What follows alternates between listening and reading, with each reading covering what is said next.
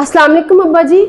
खैरियत तो है? आपने इतनी इमरजेंसी में मुझे कॉल करके बुलाया, मैं तो डर ही गई। वालेकुम सलाम बेटा, जरा सब्र तो करो, 2 घड़ी दम तो लो, अभी बताता हूँ तुम्हें मैं।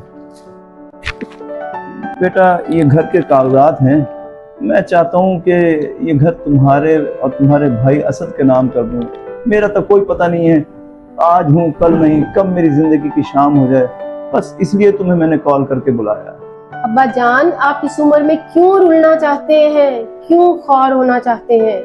बेटा क्या मतलब तुम्हारा, कैसी ख्वारी?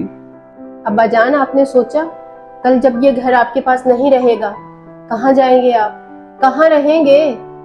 अरे बेटा इसमें सोचने की कौन सी बात है, जाहिर है मैं अपने बेटे असद के पास रहूंगा और कहाँ जाऊंगा। ये भूल है आपकी, जब ये मकान आपके पास नहीं रहेगा तो भाई की नजर में आपकी कोई वैल्यू नहीं रहेगी। कहाँ जाएंगे आप? भूल है ये आपकी। नहीं आपको यकीन तो फोन करके देख ले, आजमा ले।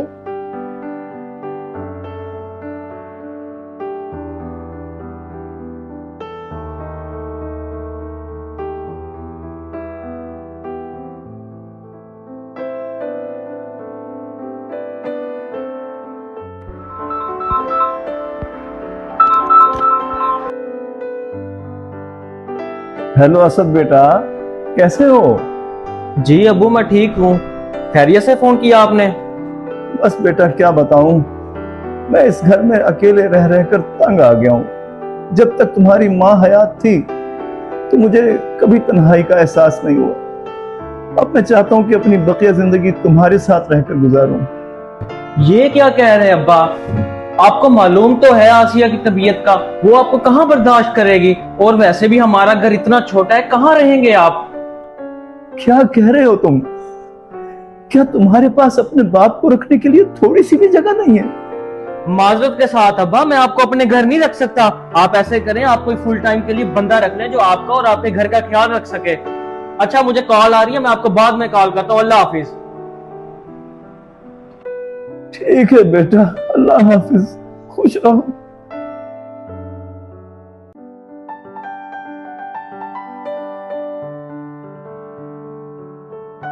देख लिया आपने, मैंने क्या कहा था। जब आप ये घर अपने बच्चे के नाम कर देंगे तो वो आपका बुढ़ापा रोल देगा और आपको ओल्ड एज होम भेज देगा। रही बात मेरी, तो मुझे इस घर से कुछ नहीं चाहिए। मैं जीते जी अपने बाप के सर से छत नहीं छीन सकती। जीती रहो बेटी, मुझे खुशी है कि मुझे अल्लाह ताला ने ऐसी औलाद दी जिसको अपने बाप की कदर है।